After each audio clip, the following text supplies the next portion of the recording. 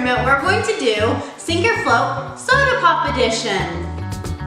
For this experiment, you will need 2 clear large containers of water, or 1 large clear tub of water, and soda pop, one that's diet and one that is regular. What do you think will happen when I take this regular can of soda pop and place it into this container of water? Will it sink or will it float? Let's find out.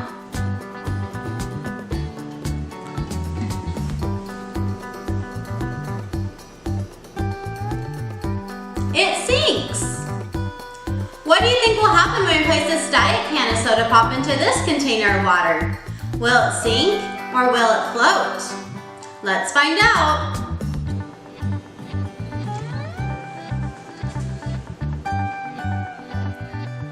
It floats. Why do you think the regular soda pop sinks and the diet soda pop floats? First, let's review some words. Mass, the amount of matter or substance an object is made of.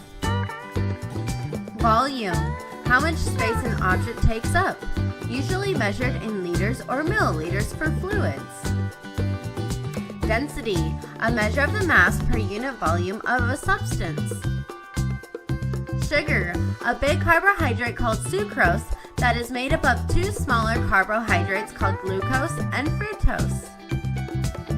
Artificial sweetener, a sugar substitute used as a food or drink additive to provide a sweet sugar-like taste. Why does the regular can of soda pop sink and the diet can of soda pop float?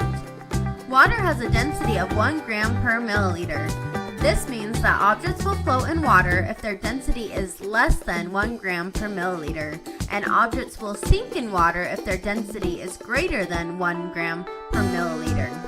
The density of the soda pop depends on how much sugar or sweetener is used.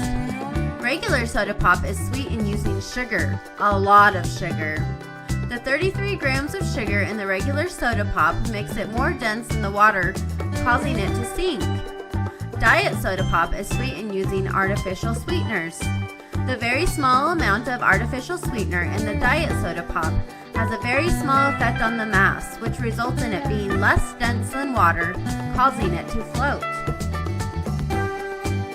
Did you know artificial sweeteners are often used in very small amounts because they are hundreds of times sweeter than table sugar or sucrose?